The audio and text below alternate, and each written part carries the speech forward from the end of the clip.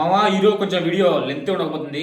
ఓపికతో పేషెన్స్తో చూడు, క్రేజీగా చెప్తా, అది కూడా స్వీట్ అండ్ షార్ట్గా చెప్తా. జస్ట్ లాస్ట్ వరకు వెయిట్ చేసి చూడు.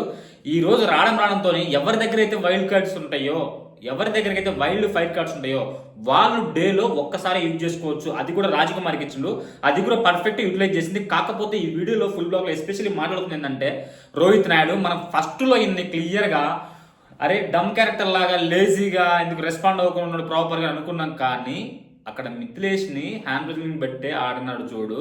అతను జిమ్కి వెళ్తున్నాడు, ఇతను కూడా వెళ్తున్నాడు కాదంటే ఒక ఫిట్ ఉన్నదానికి ప్రాపర్గా మిథిలేష్ని చూస్తే ఓకే ఫిజికల్ స్ట్రెంత్ నుంచి ఇతను సెలెక్ట్ చేశాడు అనే మైండ్ సెట్ని రిమూవ్ చేసింది అనమాట. హ్యాండ్ ఏమన్నా అన్నావు అసలు కొద్దిసేపు పోటా పొడిగా మాత్రం ఎలా అట్ టైం కిందికి వెళ్ళడం అనేది క్రేజీ అనిపించింది. అండ్ ఈ రోజులో మేజర్గా టాస్క్ చెప్పేది ఏంటంటే చైర్లా మనం కుర్చీలాట అంటాం, దానికి కుర్చీలాట అనేది మధ్యలో కుర్చీ పెట్టేసి రౌండ్గా తిరిగి ఎవరైతే కుర్చీలో కూర్చుంటారో కూర్చున్న వాళ్ళు ఒకరిని రిమూవ్ చేయాలి. ఆ గేమ్ ఈరోజు మొత్తం మీద జరుగుతుంది. అండ్ ప్రతిసారి మనం చెప్పుకునేది ఏంటంటే ఫుల్ బ్లాగ్లో వీళ్ళు బాగానే ఆడుతున్నాడు, కంటెస్టెంట్స్ అందరూ వీళ్ళు సూపర్గా ఆడుతున్నాడు వెల్. కానీ జడ్జెస్ ఏదైతే ఉందో అది నాకైతే అస్సలే కానీ నచ్చట్లేదు. వీళ్ళంతా బాగానే ఆడుతున్నారు, వీళ్ళంతా పోగొడుతున్నారు. ఎక్కడ చూసినా సోషల్ మీడియాలో ఇదే పురాణం వస్తుంది తప్పక వీళ్ళు కంటెస్టెంట్ మీదకి అసలు ఏది రావట్లేదు, సరిగ్గా గేములు పెట్టి వీళ్ళ మీదకి రావట్లేదు. మొత్తం మెయిన్ జడ్జెసే చేస్తున్నారు, ఎందుకంటే వాళ్ళు ప్రాపర్గా వాళ్ళని ఆడించట్లేదు. ఈ రోజు ఏదో కొంచెం మాట్లాడతాం కదా, అది కొంచెం వేరే లెవెల్ అనిపించింది. అంటే పోటాపోటీగా మాట్లాడితే కదా వ్యక్తిత్వాలు బయటపడేది. ఎంతసేపు ఉన్నా ఎవరి టాస్క్ వాళ్ళకి ఇచ్చి వీళ్ళ టాస్క్ వాళ్ళకి ఇస్తే అక్కడ ఏం ప్రయోజనం ఏముంటుంది? స్ట్రెంత్ పరంగా యూటిలైజ్ చేసుకొని ఎవరి వాళ్ళకి ఇచ్చినట్టు చూసినావా, అది మాత్రం నాకు వేరేలా అనిపించింది. మీకు ఏమనిపించిందో కమెంట్ చేయడం మర్చిపోవద్దు. And Aman approve of fighting ఇక్కడ క్లియర్గా అమన్ బాధంతా ఒకటే.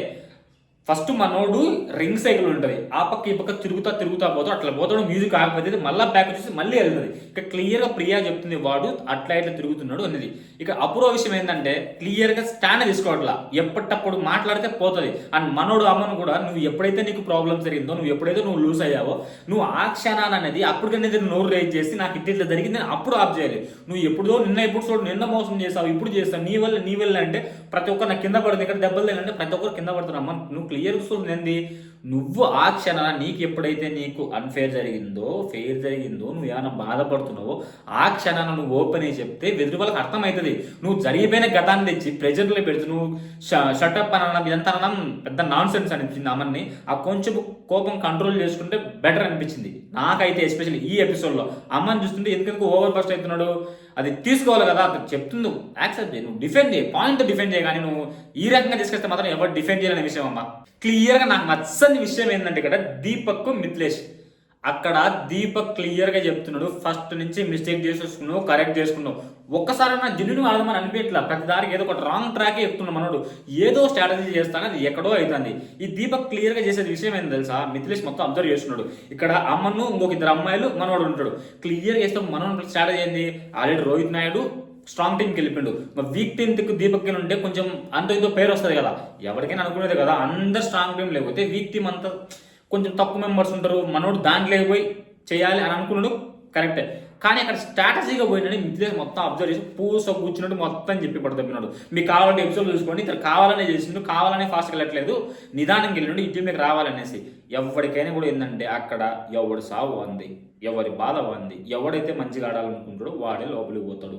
నువ్వు కామ్గా కంట్రోల్ ఇక్కడి నుంచే నువ్వు స్టార్ట్ చేసావు అనుకో దెబ్బడిపోద్ది. నువ్వు ఇక్కడ జెన్యున్గా ఆడే అగ్ని పరీక్షలో షోలోకి పోయిన తర్వాత నువ్వు స్ట్రాటజీ యూజ్ చేసుకుని వర్కౌట్ అవుతుంది. నువ్వు స్టేజ్ మీద అందరి ముందే నువ్వు స్ట్రాటజీ యూజ్ చేసి అందరికి అర్థమై నువ్వు క్వశ్చన్ చేస్తుంటే లోపల నీకు క్లియర్గా అర్థమవుతుంది నువ్వు స్ట్రాటజీ చేస్తున్నావు అనేసి.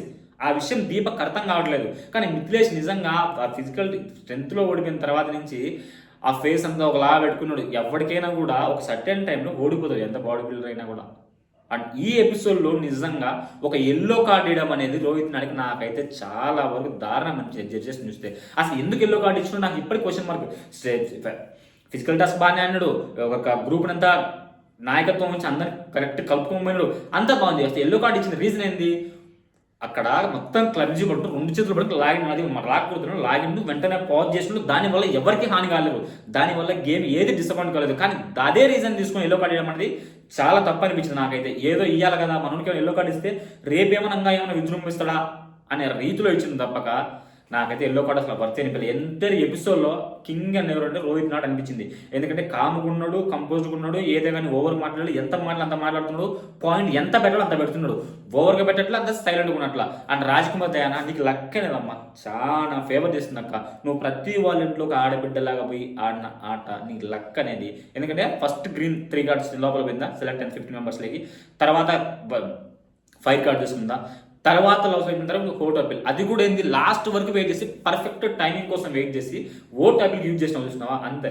ఎవరి సావు నీకు చూడు, వేరే వాళ్ళకి మనకు వచ్చింది ఏంది అక్కడ అగ్నిపరి ఎక్కడ మనం సెల్ఫ్ చేసుకున్నాను. ఫస్ట్ నేను మేము క్లియర్గా నాకు యూజ్ చేసుకోవాలి, నేను వేరే వాళ్ళు యూజ్ చేసుకోను, ఓట్ అప్పీల్ యూజ్ చేసుకుని పర్ఫెక్ట్గా చెప్పింది. కొందరు ఏంటంటే ఇది ఎప్పుడు యూజ్ చేయాలప్ప అని అయోమయం ఉంటారు, కానీ అట్ట కాకుండా క్లియర్గా తన టైం ఎప్పుడైతే వస్తుందో అప్పుడే యూజ్ చేసుకునేది. నాకైతే రాజకుమార్ దయాన్ పర్ఫెక్ట్ డిసిజన్స్ అప్ప. నీ ఎపిసోడ్ మీద నీకేమనిపించిందో కమెంట్ చేయమావా. అని ఇంకా నువ్వు లాస్ట్ వరకు చూస్తే